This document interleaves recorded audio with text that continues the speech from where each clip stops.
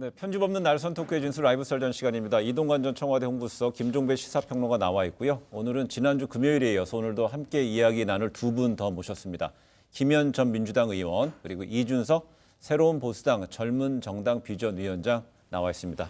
라이브 설전 인사 나누고요. 바로 시작하도록 하겠습니다. 반갑습니다. 네, 반갑습니다.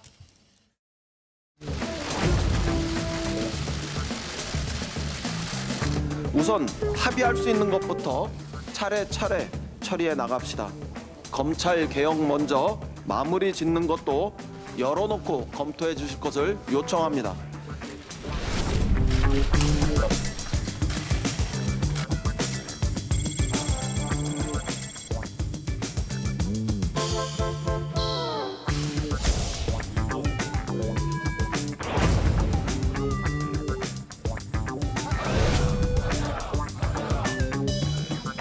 만일 민주당과 좌파 연합 세력, 심정 손박이 이 같은 연동형 선거제를 밀어붙인다면 우리는 비례 한국당을 만들 수밖에 없음을 미리 말씀드립니다. 공당이 그런 탈법적인 주권자의 뜻을 노골적으로 왜곡하겠다는 그런 망언을 할 수가 있습니까? 우리 국민들이 그렇게 호락호락하지 않습니다. 자유한국당의 그 꼼수에 놀아날 국민은 없다고 생각합니다.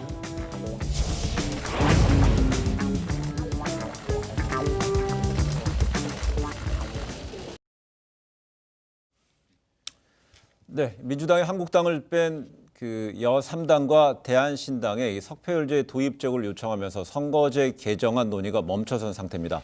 이인영 민주당 원내대표가 어제 모든 정당을 향해서 공수처법 등 검찰개혁 법안을 먼저 처리하자고 제안을 했죠. 어떻게 이런 상황 민주당의 마이웨이 좀 선언으로 봐야 될지 우선 간결하게 김종배 의원부터 해서 이렇게 김이 이 순서로 가겠습니다. 네. 심정만 갖고 이야기하라면 저는 미투 저도 그랬으면 좋겠습니다. 예. 왜 그러냐면 저도 개인적으로 선거법보다 검찰 개혁 법안 처리가 더 중요하다고 보는 입장이고 예. 또 한 가지는 선거법 돌아가는 모양새를 보아하니 저희가 교과서 때 배웠던 백결 선생 옷처럼 지금 가고 있기 때문에 그러니까 검찰 개혁법은 더 먼저 처리했으면 좋겠다는 심정은 저도 굴뚝 같은데 예. 현실로 돌아가면 그럴 가능성은 거의 없는 것 같다. 그러니까 다른 어떤 정당과의 관계를 고려를 한다면 그럴 가능성은 별로 없어 보인다 이렇게만 말씀드리겠습니다. 이해의 결합이라는 측면에서는 우리 흔히 하는 얘기로 예고된 파탄이었다라고 얘기하고 네. 할 수 있을 것 같아요. 옛날 그 친구라는 영화 보면은 그 친구끼리 마지막에 칼부림 나잖아요. 그건 왜냐하면 이해 때문에 그런 거거든요. 그러니까 지금 이제 야 우리 친구였잖아 그랬더니 지금 이해가 엇갈리니까 서로 등 돌리면서 아니 우리 친구 아니야 이렇게 네. 얘기하는 거가 똑같은 지금 양상이 됐다 그래서 이제 다시 원론으로 돌아가서 이제 어떤 취지와 그 대의 명분 이걸 갖고 좀 원점에 다시 얘기했으면 좋겠다는 생각이 드네요. 예. 네, 김현 의원님. 일단은 숙제를 풀다 보면 그리고 시험을 풀다 보면 어려운 문제가 생기면 조금 그 명분과 실리를 놓고 조금 쉬운 문제부터 풀어나가는 것도 방법이지 않겠나 싶습니다. 지금 이제 사실은 안 된다기보다는 저는 될 수밖에 없는데 선거법은 사실은 자유한국당이 굉장히 이제 애초에 지금 270석을 하고 비례대표를 없애자라는 당론에서 논의가 진전이 없는 거지 않습니까? 근데 여야가 협의하고 합의하지 않으면 선거법은 굉장히 어려운 문제이기 때문에 그 어쨌든 명분이 있는 공수처법이라도 먼저 하자. 그리고 쟁점이 없는 민생 법안 처리를 하자라고 얘기를 선언적으로 하신 것 같습니다. 그러나 어쨌든 논의는 저는 할 거라고 봅니다. 네. 예. 법 내용은 바뀐 게 없는데 민주당이 본인들이 올려놨던 선거법에 대해서 이제 부정적인 의견들을 여러 가지 내놓고 있어요. 석패율제와 그다음에 캡 이런 것들로 인해서 저는 법은 바뀐 게 없는데요. 갑자기 문제점들을 인식하기 시작한 거는 전략의 그 차질이 생겼다 이렇게 봐야 되는 것이 선거법 개정할 때 법 여권의 그 당시의 생각은 민주당이 어쨌든 그때 뭐 180석, 200석 이런 얘기까지 했으니까 예. 과반을 단독으로 하고 그리고 제3교섭단체로 정의당이 들어왔으면 좋겠다 정도의 전술적 목표가 있었던 것으로 보이는데 지금 조국 사태 이후로 돌아가는 전국을 보니까 자칫 잘못하면은 이거 선거법 이대로 가다가 두 가지 다 놓치겠다 이런 생각이 들어서 최근에 민주당이 저는 이제 외부에서 보기에는 내부적으로 그런 논의가 있었는지 모르겠지만은 단독 과반을 하는 것이 차이를 오히려 중요하다 이런 네. 생각으로 사실 과거의 선거제도로 그냥 고착하는 것을 목표로 삼는 게 아닌가 싶고요. 아까 비례한국당 짧게 얘기하면요. 이런 시나리오는 당연히 자유한국당이 전술상 이야기할 수 있는 건데요. 이게 전형적인 뭐냐면 저희가 그 스타크래프트 게임 같은 거 할 때 보면은 그 입스타라고 합니다. 이런 거를. 예. 이렇게 하면 이겨 이렇게 하는데 도저히 할 수 없는 것들 이렇게 얘기하는 게 있거든요. 그래서 저는 현실화되기는 어려운 그런 상황이라고 봅니다. 그렇다면 좀 네 분 말씀을 들으면서 저는 생각 들었던 게요. 그 뭐 영원한 적도 영원한 친구도 없는 실리를 쫓아가는 어떤 정치권의 기본적인 생태인지 어떻습니까? 민주당이 이렇게 그런 강공으로 나온 배경은 실리 측면이었다고 봐야 될까요? 근데 일단 저는 이준석 그 위원께서 말씀하신 것 중에 약간의 어떤 그 모순이 있어요. 무슨 얘기냐면 지금 민주당의 선거 전략에서 그러니까 조국 사태 때문에 그러니까 문제의 전략에 차질이 생겼고 판이 바뀌었고 그래서 전략을 수정을 하면서 그러니까 이전 선거법 그대로 가서 단독 과반을 노리는 거 아니라고 말씀을 하셨는데 이전 선거법 하에서 선거를 치러서 단독 과반을 만약에 이룰 수 있다면 민주당이 지금 엄청 잘 나가는 거예요. 간단히 이야기를 하면. 네. 따라서 조국 사태 때문에 민주당이 지금 타격을 받아서 전략 수정을 한다는 이야기하고요. 모순되는 얘기다. 그렇게 본다면 그렇게 분석할 수 있는 성질의 문제는 아니라고 보는 거고요. 여기에는 아주 복잡한 여러 가지 몇 번의 변곡점이 있었던 것 같아요. 네. 그러니까 지역구를 220으로 갔다가 250으로 간 데는 다른 특히나 어떤 호남을 기반하고 있는 정당의 어떤 배려가 없이는 도움을 받을 수 없기 때문에 갔던 부분. 네. 그래서 결국은 비례가 75에서 50으로 줄어버렸는데 여기서 사실은 석패율제만 떼서 그러니까 간단히 설명 말씀을 드리면 이게 왜 문제가 되냐면 자 30석에 대해서는 캡을 씌우기로 했어요. 그러면 여기서 이제 중요한 게 비례가 두 종류로 나눠지는 거잖아요. 연동형의 진행과 적용되는 비례가 있고 병립형 20석이 있는데 석패율제가 그 도입이 되면은 그러면 석패율에 따라서 가는 의석수가 어디로 가냐면 병립형 비례로 가는 거예요.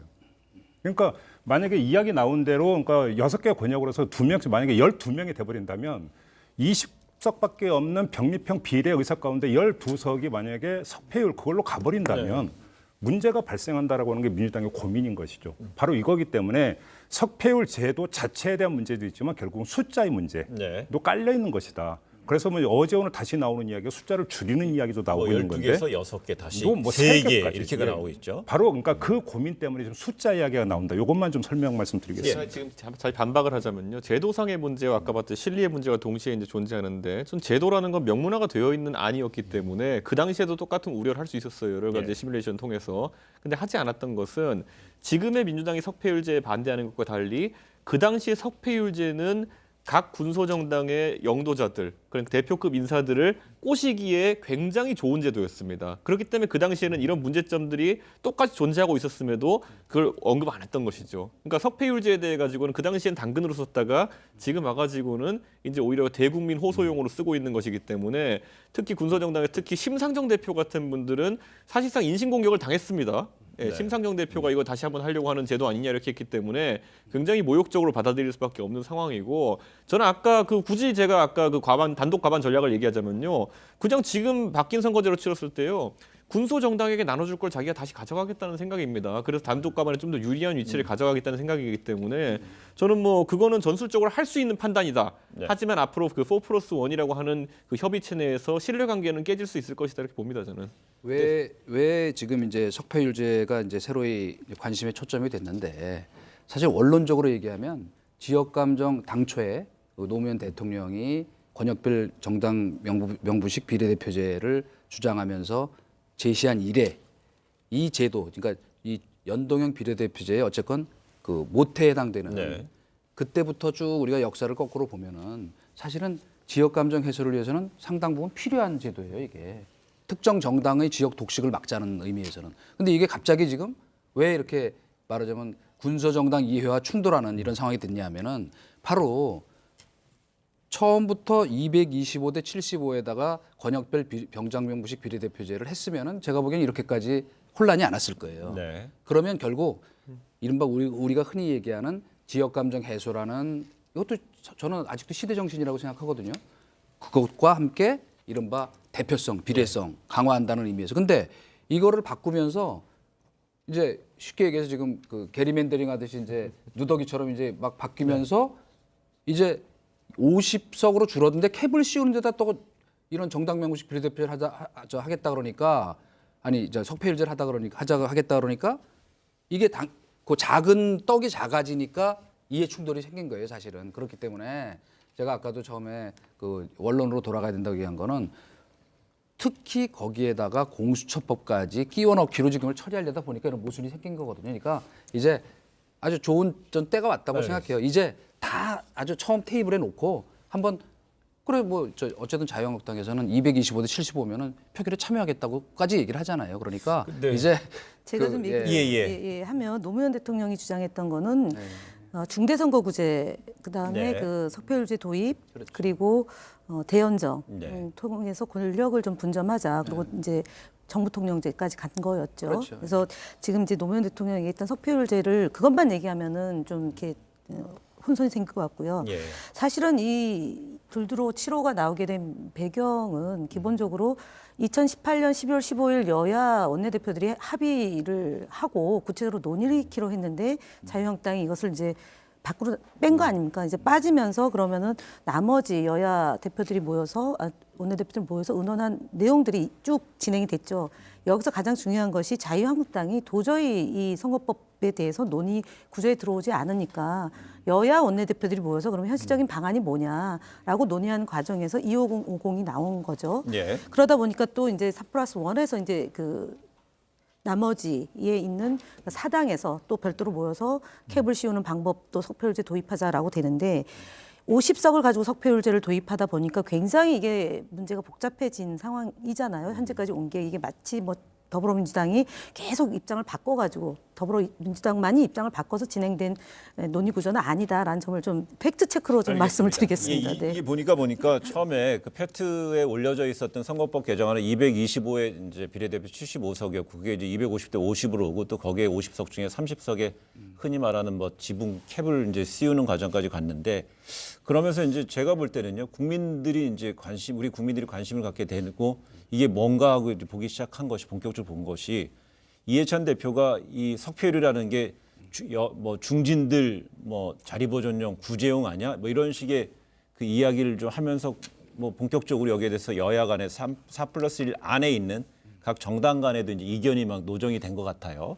근데 이런 상황에서 이제 중요한 거는 이제 더불어민주당에서 특히 이해찬 대표가 검찰개혁법부터 먼저 즉 공수처법부터 먼저 통과시킵시다.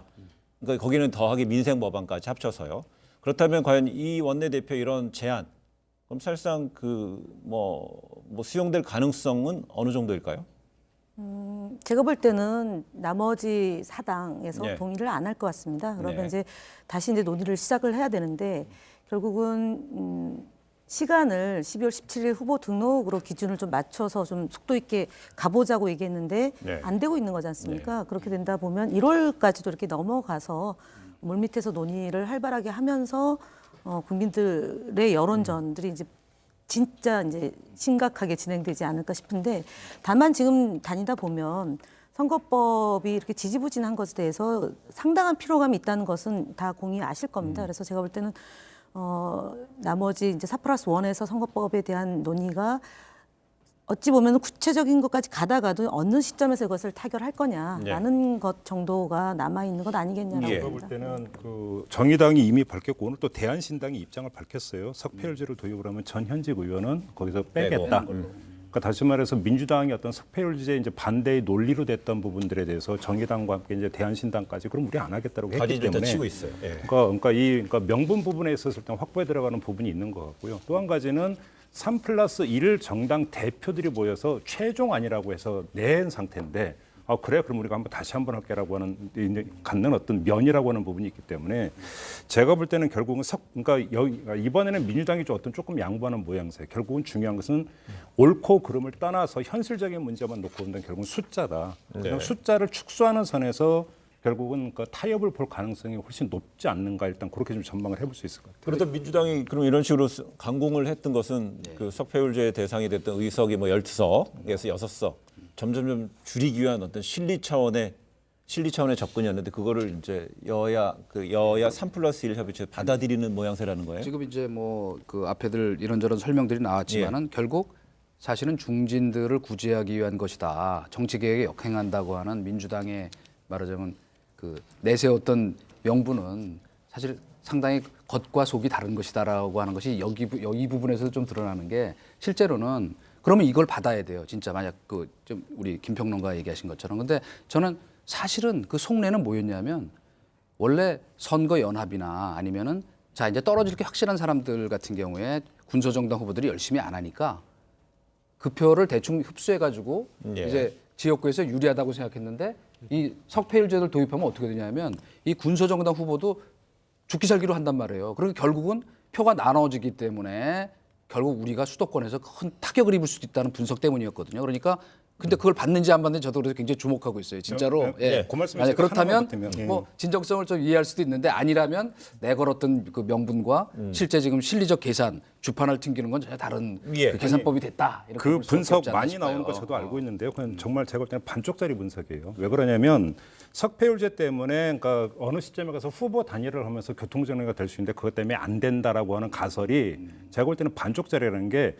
연동형 비례제가 도입이 되는 순간부터 사실 후보 단일화 가능성은 확 떨어져 버려요. 왜 그러냐면 정당 득표율을 올리는 게 모든 정당이 지상과제가 되는 건데 정당 득표율을 올리는 차원에서 고공 플레이도 필요하지만 최대한 많은 지역구 후보를 내가지고 밑바닥을 훑는 것은 가장 기본 중에 기본이에요. 따라서 그러니까 어느 정당이든 정당 득표율에 목을 거는 어떤 그 정당일수록 후보를 많이 내고 완주를 하려고 할 거라는 거예요. 단순히 그것이 석패율이 제가 볼 때는 결정적 요인이 아니에요.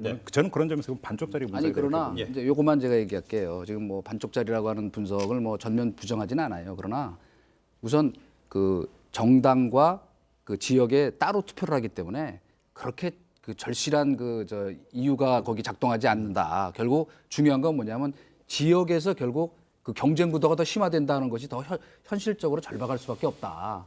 그런 얘기죠. 예. 그러니까 예, 예. 아까 저기 우리 번외에서는 두 분은 오늘 말씀을 적게 한다고 그랬는데 두 분이 죄송합니다. 굉장히 많이 하시네요. 예, 예. 우리 김 의원님께 많이 드릴게요. 있자고 한 얘기고요. 사실은 정치라는 거는 실리와 그다음에 그 원칙, 상식 다 들어가는 거 아니겠습니까? 결국 석패율제라는 제도가 이번 50으로 됐을 때 도입하는 것은 굉장히 좀 사실은 좀 이상하죠. 어색한 거는 분명하잖아요. 그러나 어쨌든 야당 중에 군소정당은 또 이해관계를 관찰하기 위해서 얘기를 했는데 적어도 정치개혁, 우리가 얘기했던 비례성과 소수성을 반영하고 소외계층과 전문성을 강조하는 그 비례성, 그러니까 그래서 비례대표제를 도입하자는 그 취지와 그다음에 한 지역을 한 정당이 다 먹는 이것을 좀 지역주의 완화를 하자라는 그 취지가 공이 다 살려낼 수 있는 방안이 뭐냐라는 고민으로 다시 돌아가자라는 얘기도 있는 거고요. 또 하나는 말 그대로 이거는 중진 살리기용은 아니지 않습니까? 정치 신인과 지역주의 타파 이것이 강조되는 건데 그건 또 좀 아니다라고 저는 보는 그 거니까. 선거제도 개혁이라는 거창한 단어를 갖고 출발했으면은 우리가 지금 상황에서 예상되는 변화를 봤을 때 과연 이것이 지난 4월부터 패스트트랙부터 해서 극한 대립을 가져가면서 가져올 만큼 가치가 있는 결과였는지 아니면 철학적으로 기반이 있는 이런 결과였는지 지금 나오는 250대 50이라는 수치가 과학적으로나 논리적으로 정당화하는 근거가 무엇인지 아무도 모릅니다. 지금 4+1이라는 그 조직체 내에서 뭐 손학규 대표, 뭐 그다음에 뭐 심상정 대표 이런 분들의 의중이 반영되어 가지고 이렇게 하는 것인데 저는 이거 굉장히 비과학적이고 그냥 수치로 나온 것이기 때문에 당연히 예전에 알바니아가 그랬다고 했던 것처럼 또 다음 선거는 수정을 해야 될 것 같은 예감이 들고 이건 굉장히 불행입니다. 선거 앞두고 학생들이 모의고사 성적표 놓고 자꾸 시험제도 변경하자고 하는 거는 이건 누가 봐도 옳은 방법이 아닙니다. 저는 근데요 선거구제는 인구수도 변동이 있고요. 그다음에 지역성의 대표성도 다 변화가 있습니다. 그렇기 때문에 그때 바꾸는 건 맞습니다. 그러나 예측 가능해야 된다는 건 맞는데 이것이 과학적이지 않다라고 얘기하면 253대 47도 과학적이다라고 보기는 어렵습니다. 다만 보통 이제 선거관리위원회에서 얘기하는 인구 상한선과 하한선의 2대 1의 정신에 맞추어서 너무 넓은 지역을 다 그러니까 농촌 지역이나 이런 지역이 너무 많은 동네가 한 지역으로 가는 것도 이거는 좀 대표성에 문제가 있지 않겠느냐라고 하기 때문에 대략 250에서 50 이렇게 맞춰주는 거죠. 그리고 없어지는 통폐합 지역이나 아니면 늘어나는 지역이 너무 또 많아지고 줄어들면 안 되기 때문에 거기서 그러니까 현실적으로 고민해서 나온 수치다라는 점을 아니 말씀드립니다. 그러면 제가 굳이 말씀드리자면 15개월 전 인구로 선거구를 정한다는 것에서 3년 평균으로 바꾼다는 것에는 결정되진 않았어요. 그러니까 그런 논의가 나오는 4+1인데 그것은 어떤 철학적인 근거가 있으면 어떠한 대의를 위해서 움직이는 겁니까? 현실적인 판단이 있지 않았을까 싶어요. 왜냐하면 그러니까 호남 지역이나 영남 지역이 인구가 감소되면서 지역이 통폐합된 게 지난 20대 선거를 앞두고도 많았습니다. 네. 그래서 이제 그 지역 그러면 다 모으냐 네. 전혀 이질적인 동네를 한꺼번에 모으기에는 조금 아니, 무리가 있는 것 아니냐라는 그 이론의 기반은 네. 호남이 줄면 불이고 수도권이 줄면 대입니까 그러면? 수도권 줄이는 거는 결정된 어쨌든 예. 14만 아니, 대 호남이 줄면 28만. 수도권이 유지되는 것이고 호남이 노원도 유지되면 지금 수도권이 대상이죠? 줄면 아니 지금, 그건 상관없이 예, 그건 노원도 상관없이 지금, 얘기 예. 말씀드리는 게 뭐냐면은 제가 말씀드리는 게 어떤 게 대이고 어떤 게 불입니까? 수도권이 불이고 호남이 대입니까? 만약에 지금 이렇게 아니 이제 답변을 좀 이준석- 해주세요. 그 얘기를 철학적 하려고 근거가 하는 거예요. 뭔지. 예. 얘기를 하려고 하니까 좀 들어보실래요? 예. 지금 만약에 협상의 창구로 들어갔다고 생각을 하시고 저랑 대화를 나눈다면 제가 지금 얘기를 하지 않습니까? 수도권의 지역 대표성은 상당 부분 반영이 되어 있습니다. 그러니까 예를 들면 제가 사는 안산 지역이 지금 4개 지역인데요. 지역구가 예를 들어서 논의 구조가 되면서 여기가 한 군데 줄일 수도 있고 그대로 4개 갈 수도 있어요. 이제 이런 문제인데 안산이라는 지역은 그렇습니다. 그런데 이제 노원도 마찬가지입니다. 지금 3개 지역인데 2개로 줄여질 수가 있어요. 제가 얘기하는 거는 영남이나 호남의 경우가 4개, 5개 지역이 8개 지역으로 묶여지는 현실적인 문제가 생깁니다. 근데 자꾸 우리는 지역이 살아야지 나라가 산다고 하지 않습니까? 그러면 이 그러니까 지방으로 갈수록 이 지역의 대표성을 좀 존중해주는 방향으로 가는 게 어떻겠습니까?라고 얘기를 하면서 그럼 수도권이 좀 양보하고 지역이 좀 살아나는 방법으로 우리가 협상합시다라고 얘기를 하는 거죠. 그리고 제가 봤을 땐 그냥 그 의원들, 아까 중진이라 표현했던 의원들이 그냥 호남에 많이 계신 거 이외에는 제 생각에는 뭐 과학적 근거는 없는 것 같아요. 근데- 이준석 의원님이 중진을 살리려고 이 법안 만드는 거 아니에요. 그리고 적어도 여야 원내대표들이나 아니면 4+1이 중진들 아까 얘기했지 않습니까? 중진들은 그 이익을 받는 것을 안 하겠다고 이미 얘기를 했으니까요. 그러면 10년 네. 평균하면 낫겠네요. 왜 3년 평균합니까? 알겠습니다. 그 좀 과학적 예, 근거가 예. 없어요. 그러니까 없어요. 지금 과학적 저희가 근거가. 지금 협상의 그 협상이라는 중진 것은요, 주체가 제가 하나만 예, 얘기하면 짧게 얘기. 3년 20대 안 자- 줄인데 딱 맞춰가지고 한 거예요. 2016년 4월 달에 총선이 치러졌으니까요. 지금 2019년 12월이지 않습니까? 네. 그럼 대략 3년. 그러니까 지난 선거와 다음 선거에서 대략 평균치로 해서 네. 내년 4월에 치러질 때 12월 기준으로 가면 대략 3년 기준이다라고 나왔는데요. 이것이 선관위의 권고, 중앙선관위에서 권고 사항이나 헌법 정신에 부합되지 않는다라는 문제 제기도 있습니다. 그래서 그건 확정되지 않았다는 알겠습니다. 건 예. 말씀드립니다. 다른 차원에서 그러니까 이건 좀 너무 거창한 이야기 같으니까 짧게만 말씀을 드리고 그냥 걷어드리겠는데요. 이 선거법 논의가 분명히 왜곡돼 있는 것은 맞아요. 근데 저는 2개 어떤 결정적인 계기가 있었다고 봐요. 첫째는 뭐냐면 처음에 제기됐던 것은 개헌과 함께 선거법을 바꾸자라는 것이었어요. 세트였어요. 네. 세트였는데 개헌이 그러니까 국회에 사실상 거의 보이콧으로 물 건너가면서 선거법만 논의가 되면서 그 다음에 개헌을 사실상 물 건너가게 만든 주축이 자유한국당인데 대통령제하고 안 맞는다. 연비제는. 이렇게 되어버리면 앞뒤가 바뀐 부분이 하나가 있는데 일단 여기서 첫 번째 왜곡이 발생을 했어요. 제가 볼 때는.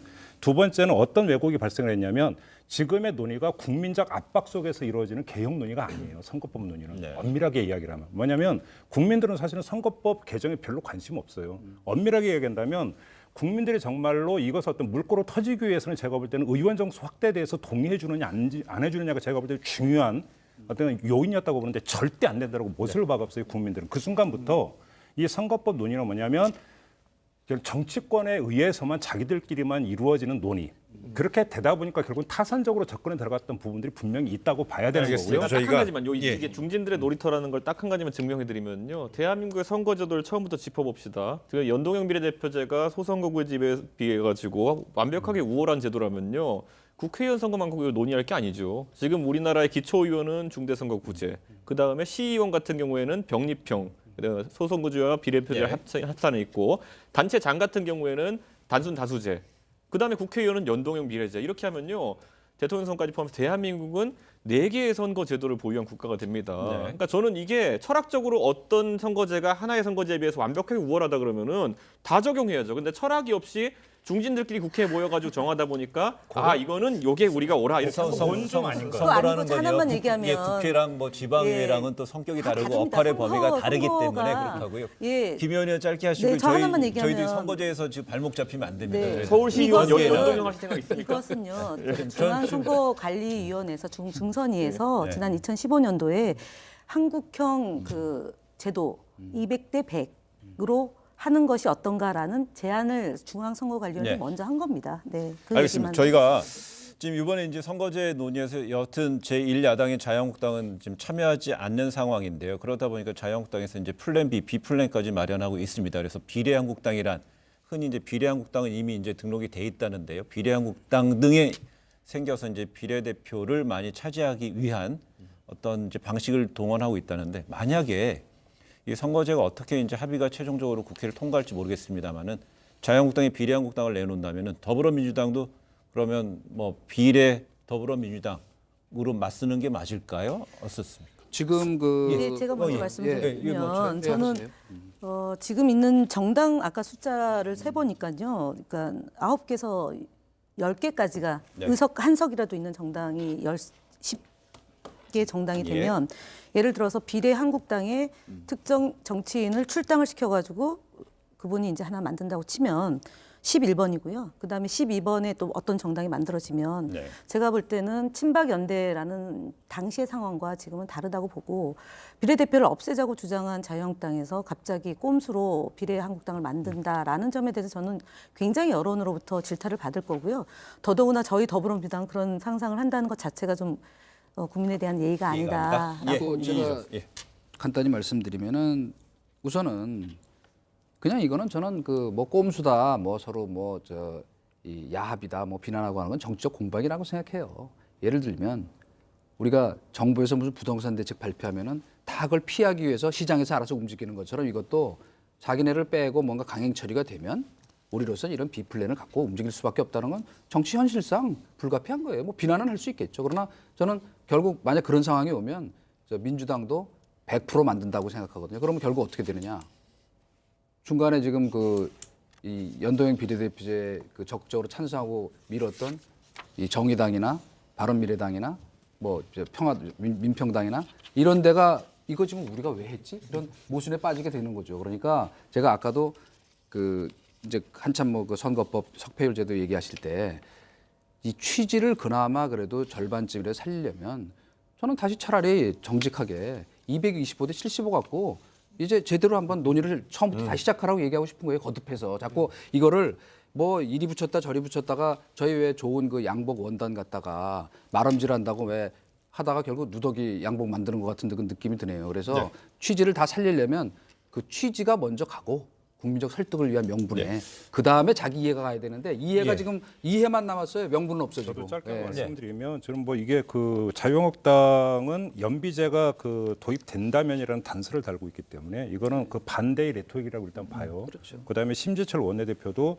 뭐 구체적으로 진행되는 건 아니다라고 이야기를 했기 때문에 말 그대로 이제 압박용이라고 해석을 하는 뭐 그 정도의 수준이라면 뭐 그럴 수도 있다고 생각을 해요. 근데 만약에 정말로 실행으로 간다면 세계 정당사의 두 번째 기록을 쓰는 거다. 첫째는 뭐냐면 제가 과문한지는 모르겠지만 세계 정당사에서 아무개하고 우리 친해요라는 이름의 정당은 친박연대가 처음이었던 걸로 알고 있어요. 그렇죠? 근데 이번에는 뭐냐면은요. 그 세계 정당사에서 이제 회사를 치면 모 회사가 있고 자 회사가 있는 것처럼 모 정당이 있는데 자정당이 등장하는 아마 유래를 찾아보시면 세계 최초의 기록이 될 뭐 거고. 대한민국 정치의 아니, 역동성 이런 시각도 알바니가 있어요. 한번 있었던 일이에요. 이게. 비유하자면 떴다방이 있었다면 이건 떴다당이다. 네. 이거는 정치를 희화하는 것을 제가 볼 때는요. 유권자들로부터 아마 엄청난 질타를 받아서 부메랑이 될 거라고 저는 확신을 합니다. 저는 뭐 별로 그렇게 생각 안 해요. 왜냐 방금 아까 간단히 얘기할게요. 지금 선거법 개정 논의 자체가 이미 그런 그 자기네끼리 리그라는 얘기 아까 나왔잖아요. 그런 이미 국민적인 어떤 명분을 상실했어요, 사실은. 그러니까 이제 이해만 남았기 때문에 서로 지금 난투극 벌이는 거 아닙니까? 그래서 네. 제가 조폭 영화 얘기까지 예를 들었지만 그러니까 그런 상황에서 이를테면 어떤 제도를 충분히 활용하기 위해서 비플랜을 갖고 움직이기 때문에 그걸 뭐 예. 근데 그거를 너무 그렇게까지 일찍 노출을 시켰습니다. 아니, 이제 얼마나 카드- 다급하면 네, 그랬을까 법박하든 싶은데요. 저희가 저는 그거 제가 하지 볼 말란 때는 말이죠. 예. 국민들이 굉장히 이제 정치 인식도 높아졌고 왜 저 더불어민주당이 정말 이렇게 국민들이 좀 이해가 안 되는 제도를 도입해서까지도 이렇게 논의를 계속 하고 있느냐에 대한 걱정도 있고 판단도 있습니다. 네. 결국은 저희가 검찰개혁과 사법개혁과 그다음에 정치개혁을 같이 나가자라는 취지가 있었던 거고요. 가장 중요한 것은 최근에 검찰의 선택적 정의, 선택적 수사 이것이 국민들에게 정말 무엇보다 공수처법 처리가 중요하다라고 보기 때문에 도리 없이 이 더불어민주당이 이 법을 처리하기 위해서 야당과 끊임없이 협의를 하고 있구나라고 보고 있는 겁니다. 만약에 지금 말씀하셨던 것처럼 플랜 B가 등장하는 것은 너무나 자연스럽다고 하지만 네. 그 플랜 B가 과연 국민들 사이에서 설득력이 있는지에 대해서는 유사 정당이 많거든요. 지금 자유한국당의 유사 정당이. 그건 이제 그래서 국민이 판단할 예, 판단할 일이죠. 문제라서 네. 저는 아마 그 안에서 굉장히 네. 복잡한 우리가 뭐 그 먼저 계산법이 나올 뭐 것 같습니다. 후폭풍이 클 네. 거다, 뭐 알겠습니다. 지탄을 받을 거다 하는 거는 그건 정치적 그래서 공방이란 저는 말씀이에요. 네. 자유한국당이 그렇게 나간다고 해서 더불어민주당도 플랜 B를 세울 거다라고 하는 점에 대해서는 단호히 아니다라고 말씀드립니다. 저는 반대하시는 거예요? 네, 네. 예.